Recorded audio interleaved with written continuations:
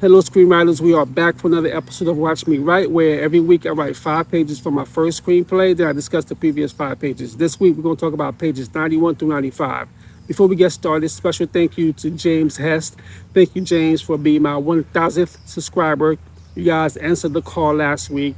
I really appreciate it for getting me to 1,000 subscribers. In these new pages, the interrogation scene continues from last time. Last time, we didn't see the detectives talk to Alonzo. So in these pages, we get to see Detective Andrew interrogate Alonzo. He brings up Alonzo's kid, right? You know, Andrew is not playing around. He tells Alonzo that if you don't cooperate, I'm gonna make sure that you get so much time in prison that you never see your son again. Andrew also bring up the fact that Damon once betrayed Alonzo. We know Alonzo and Damon were very close. Something happened where Damon betrayed Alonzo, and Andrew brings up that in the interrogation scene. The reason he brings this up because he's trying to put something in Alonzo's head that, look, if Damon betrayed you, what makes you think these guys won't? So Andrew is really playing hardball here. After Alonzo, we jump straight to Chris. Chris is still remaining strong. This time, though, he tells the detective, look, why are you only harassing us? You know, you should be talking to this guy, Rick, because if you remember, Rick was the one that Damon sold bogus drugs to.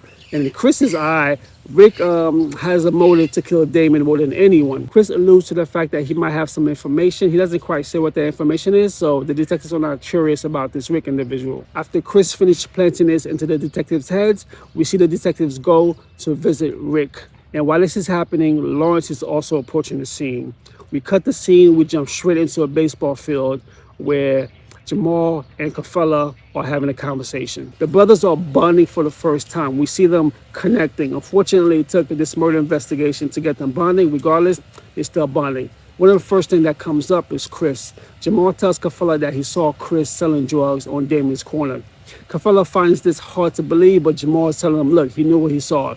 What Jamal is doing here, he's planting the seed in Kafella's head that Chris might have something to do with Damon's murder. As the brothers continue to bond, we jump straight into a flashback when they were younger.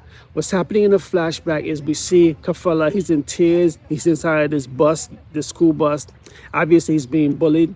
And we see Jamal coming to the bus.